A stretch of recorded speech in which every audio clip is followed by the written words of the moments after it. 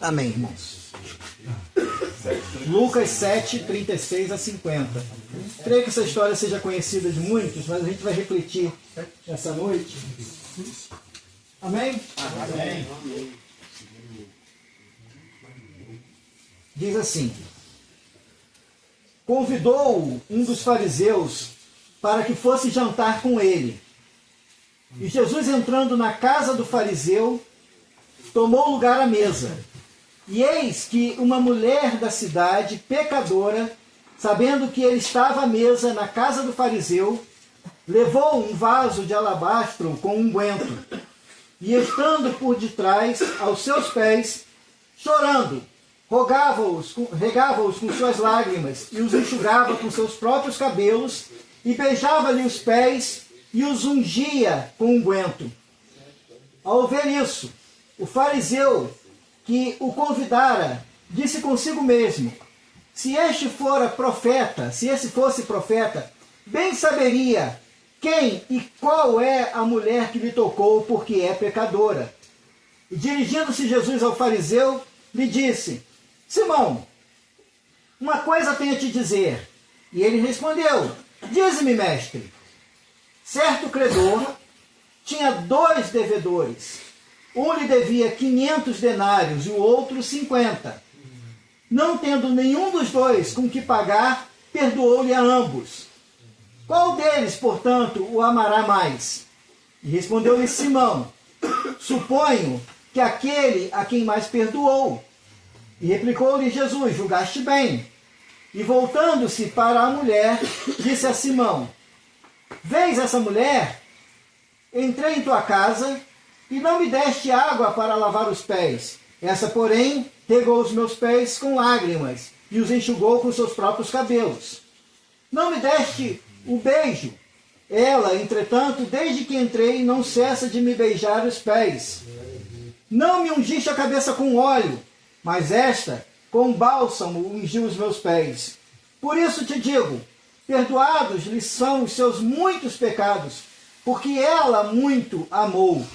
Mas aquele a quem pouco se perdoou, pouco ama. Então disse a mulher: perdoados são os teus pecados.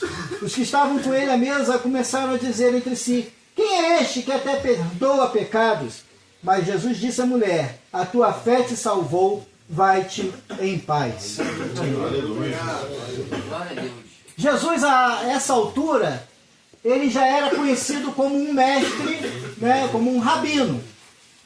E era normal ali naquela região, quando alguém começava a se destacar, que os líderes religiosos quisessem saber quem era essa pessoa, até mesmo por causa do cuidado que eles tinham, entre aspas, com o rebanho deles.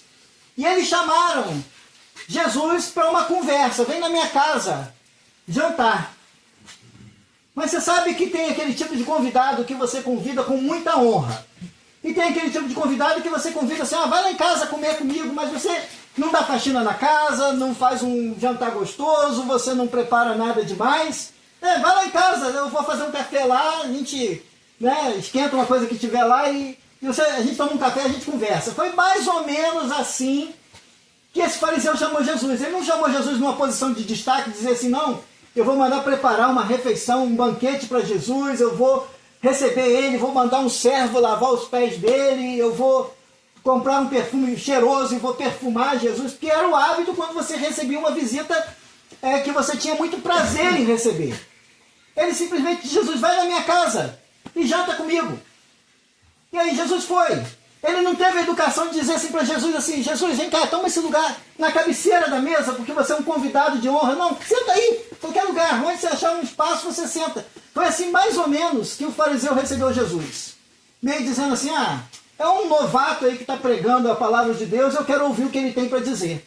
E ele recebeu Jesus então com desdém. A maneira como a gente recebe Jesus em nossa vida faz toda a diferença. Será que a gente está recebendo a palavra de Deus no nosso coração da maneira que o fariseu recebeu? Será que a gente está recebendo a palavra de Deus dizendo assim: eu vou examinar isso aqui para ver qual é essa de Jesus. Eu vou examinar qual é essa de Bíblia. Eu vou examinar qual é essa de palavra de Deus. E quem sabe eu posso abrir um espaço no meu coração para Jesus. O interessante, tem um casal lá na igreja lá que está se preparando para ir para a Índia. E eles foram agora, no fim do ano, fazer uma viagem missionária para conhecer uma igreja na Índia e tal. E assim, eles tiraram foto de alguns ídolos lá, porque tem lá milhões de deuses, né? Aqui, as pessoas dizem não ter muitos deuses, né? Mas lá são milhões de deuses. Então, quando você chega, de repente, para falar de Jesus, é mais um entre os milhões de deuses. Você precisa explicar para ele que ele tem que dar exclusividade na vida dele para Jesus. Não é aceitar mais um Deus. É ter Jesus como único Deus. Não é aceitar Jesus como mais um que veio trazer algo para eles, para acrescentar. Paulo, quando foi lá em Atenas, ele entrou no templo e tinha lá centenas de deuses. E Paulo começa a olhar aquele templo ali pagão e ele vê ali centenas de deuses e ele acha um nicho escrito Deus desconhecido. E ele, iluminado pelo Espírito Santo, ele diz assim: ei, achei. O quê? O Deus que eu vim pregar para vocês é exatamente esse que vocês estão dizendo que vocês não conhecem. É o Deus que tem aqui, que é o Deus que fez o céu e a terra e o mar, e ele fez o homem à sua imagem e semelhança, e ele prega que o Deus que eles tinham centenas de deuses, mas há um Deus que eles não conheciam e eles honravam sem conhecer. Você já pensou se você tivesse Jesus hoje sentado à sua mesa, o que você ia oferecer para ele? O que você ia entregar para ele? Se Jesus estivesse sentado à sua mesa hoje, como você trataria Jesus? Pois bem, aquele homem tratou Jesus como um igual, ou talvez até mesmo como um inferior. Mas de repente naquela reunião ele encontra, porque ali era talvez um lugar aberto, e entra na casa daquele homem uma mulher, e os fariseus eles tinham muito isso, de julgar as pessoas pela aparência, e entra uma mulher que ele disse, uma mulher pecadora entrou na minha casa. Quase que dizendo assim, pega o cloro, água sanitária, álcool, desinfeta, porque essa mulher é pecadora. Olha só o tipo de gente que está entrando na minha casa, olha o tipo de gente que Jesus anda com ele. Uma mulher pecadora. Mas aquela mulher pecadora, diz a palavra aqui que ela entra na casa. Diz aqui no versículo 37, eis que uma mulher da cidade, pecadora, sabendo que ele estava à mesa na casa do fariseu, levou um vaso de alabastro com unguento. Um vaso de alabastro era um vaso tipo de mármore, mas de um mármore caro, que ele era esculpido à mão e polido, de uma maneira que ele dava um frasco precioso, era como se fosse uma pequena joia. E essa mulher, além de ter pego esse vaso, que talvez tenha custado caríssimo, colocou dentro um perfume ainda mais caro. E ela resolve levar esse perfume até Jesus. Era tudo que aquela mulher tinha. Era o bem mais precioso que ela tinha. Talvez o resultado de anos de economia estava ali nas mãos daquela mulher. Mas a gente não está falando aqui de dinheiro, a gente está falando de entrega. Não é questão de entregar o dinheiro que você tem, ou vender uma casa, ou vender um carro e entregar de oferta. Não estou falando disso, eu estou falando de uma entrega de um tudo que ela tinha. E aquela mulher, ela chega naquela casa, ela propõe no seu coração ir aonde Jesus estava, e diz aqui, eis que a mulher da cidade, pecadora, sabendo que ele estava à mesa na casa do fariseu, levou um vaso de alabastro com unguento. E estando por detrás aos seus pés, chorando, regava-os com suas lágrimas e enxugava com seus próprios cabelos e beijava-lhes os pés e os ungia com unguento. Você imagina o seguinte, eu quero tentar transportar a sua mente para a cena. Naquela época, mesa, quando você fala mesa, não pense em cadeiras, igual a gente tem aqui, né? E uma mesa a essa certa altura. Era um banquetinho dessa alturinha, e você deitava sobre o seu braço esquerdo, imagina você deitado sobre o seu braço esquerdo, e se alimentando com o seu braço direito, e a sua perna ficava para cá. Essa mulher veio por trás, ela tinha acesso aos pés de Jesus, porque Jesus estava deitado, reclinado, e os pés de Jesus estavam lá.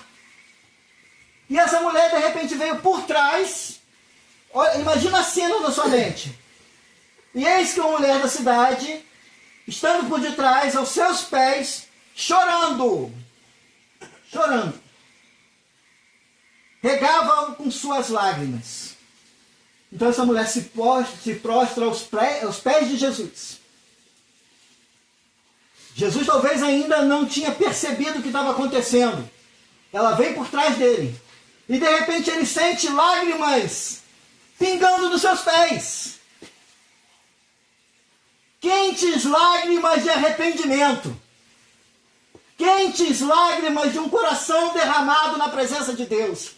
Quentes lágrimas de uma vida que tinha vivido em pecado, mas que agora sabia que havia salvação em Jesus.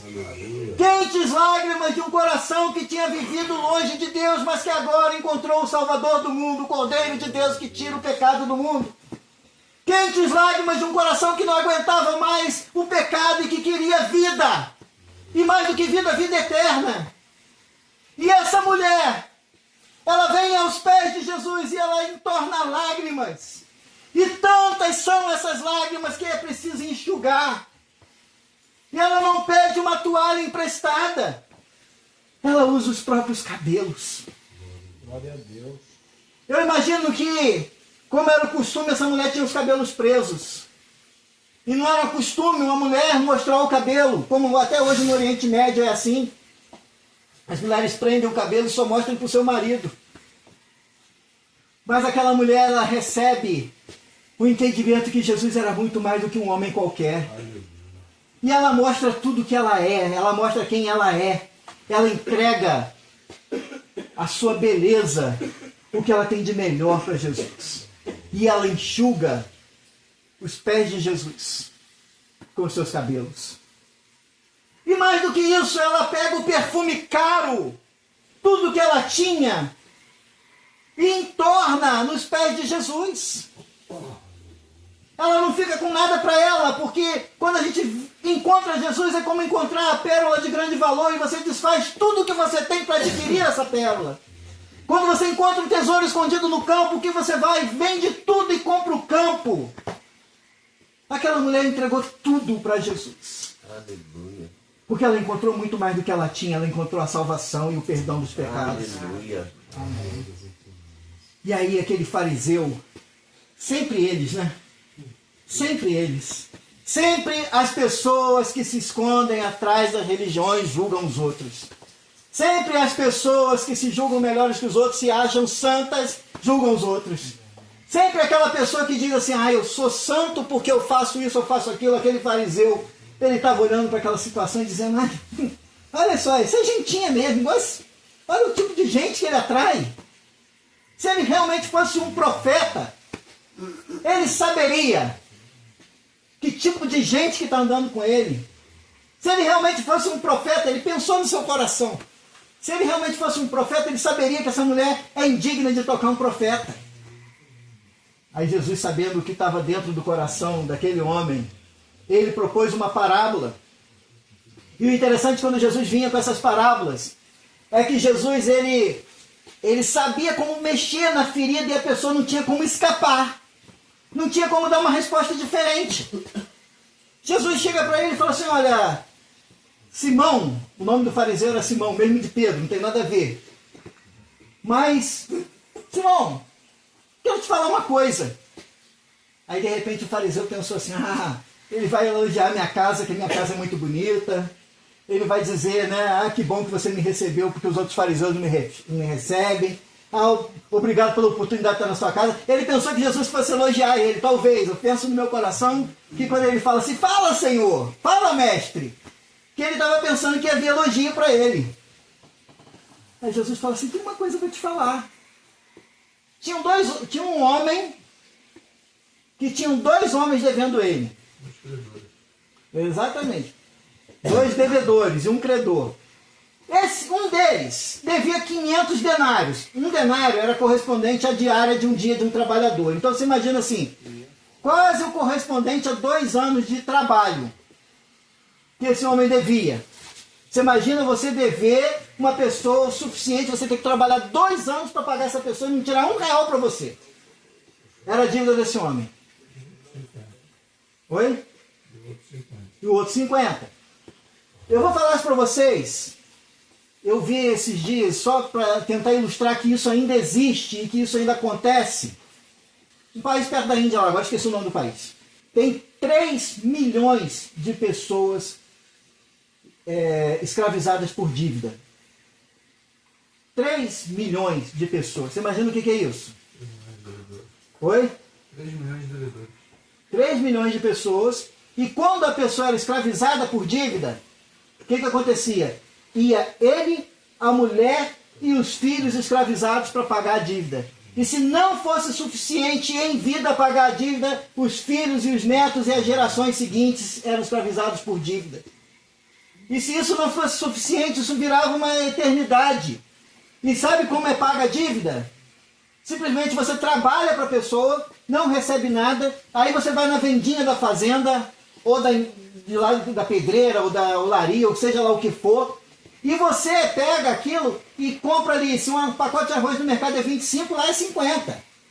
Se 1 quilo de trigo é 5 reais no mercado, lá é 15. E você nunca paga a dívida.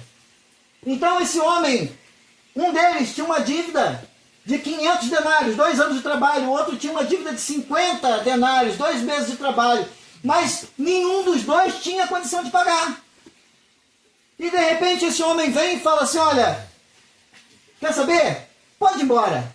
A dívida de você está paga. E aí, você imagina o seguinte, essa pessoa somos nós. Não importa se você deve para Deus uma vida de crime, se você deve para Deus uma vida comum, se você deve para Deus uma vida só de afastamento da presença de Deus, não importa o teu pecado, se o seu pecado é só na mente, se o seu pecado foi realmente realizar algo terrível, a sua dívida com Deus é impagável. A minha dívida com Deus é impagável. A nossa dívida com Deus é impagável. E Deus fala para Simão assim, Simão, qual dos dois ama mais? Qual dos dois ficou mais agradecido? E Simão diz, Senhor, eu acredito que é o que devia mais. Assim, você acabou de dizer. Quando eu cheguei na sua casa, você não me deu nenhuma bacia para lavar os pés. Porque lá eles andavam de sandálias e as sandálias ficavam podres de poeira, estrada de terra, deserto. E Jesus teve que comer de pé sujo, porque aquele homem não deu uma bacia para lavar os pés. E a mulher lavou os pés com as próprias lágrimas e enxugou com os cabelos. Era costume, quando você recebia uma visita e ela era importante, você ungir essa pessoa, beijar essa pessoa quando chegava. E aquela mulher beijou os pés e ungiu os pés de Jesus com um perfume mais caro. E aqui ele continua dizendo, no versículo 44, e voltando-se para a mulher, disse Simão, vês essa mulher? Entrei em tua casa e não me deste água para os pés. Essa, porém, regou os meus pés com lágrimas e os enxugou com seus cabelos. Não me deste o beijo. Ela, entretanto, não cessa de me beijar os pés. Não me ungiste a cabeça com óleo, mas esta com um bálsamo precioso dos meus pés. Por isso te digo, perdoados lhes são os seus muitos pecados. Aonde abundou o pecado, superabundou a graça. Aonde o pecado era muito, a graça também foi maior. Glória a Deus. Porque Deus amou o mundo de tal maneira que deu seu Filho unigênito para que todo aquele que nele crê não pereça, mas tenha a vida eterna. Porque a graça de Deus se manifestou salvadora a todos os homens. A graça de Deus é suficiente para mim e para você, para cada um de nós. Aleluia. Talvez você possa dizer nessa noite, mas não é suficiente para mim porque eu fiz coisas terríveis. Sim, ela é suficiente para você. Sim! Ela é abundante. Jesus não pediu um relato histórico da vida de pecados daquela mulher. Ele disse, os seus muitos pecados estão perdoados. Os seus muitos pecados. E por isso você sente que foi perdoado. Eu quero que você nessa noite, se ainda não fez, olhe para Jesus como aquele que é precioso. E pela fé, se prostre aos pés de Jesus. Se coloque de pé. Não vou alongar, porque nós já estamos... Você entendeu a palavra. Eu não preciso me alongar, você entendeu a palavra é para você, é para mim. Oh, Jesus. A fé dessa mulher tem que ser a nossa fé nessa noite, Pai. Que se existe alguém nessa noite com esse coração do fariseu olhando para Jesus e dizendo: ah, eu vou ver qual é essa de Jesus. Senhor, repreende em nome de Jesus esse espírito de fariseu. Mas coloque em nós um coração, Pai, dessa mulher que teve um vaso derramado. Mas mais do que um vaso derramado, ela teve um coração derramado na sua presença. Sim, Jesus. Que nós possamos, como essa mulher, derramar lágrimas aos teus pés, Senhor. E contemplar a beleza da tua santidade, do teu grande amor e da tua grande misericórdia. Ó Deus, nós devemos 5.000 denários, Deus. Não devemos nem 500, nem 50. Nós devemos a nossa vida. Nós éramos escravos do pecado.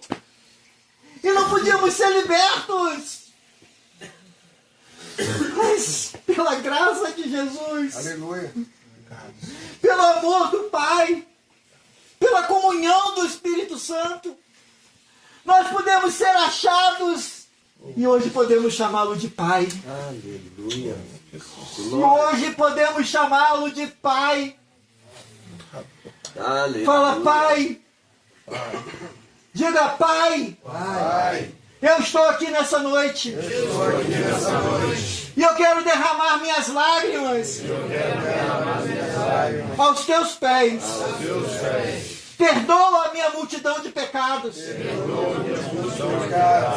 Rasga a cédula de crime contra mim. Rasga a cédula de crime contra mim. E escreve o meu nome no livro da vida. Escreve o meu nome no livro da vida. Dá-me um coração novo. Dá-me um coração novo. Temente a ti. Temente a ti. E que muito ame Que muito ame a tua presença. a tua presença. Que a graça de nosso Senhor Jesus Cristo, o amor de Deus o Pai, a comunhão e a consolação do Espírito Santo de Deus seja sobre o povo de Deus, hoje e sempre. Amém. Uma salva de palmas para Jesus.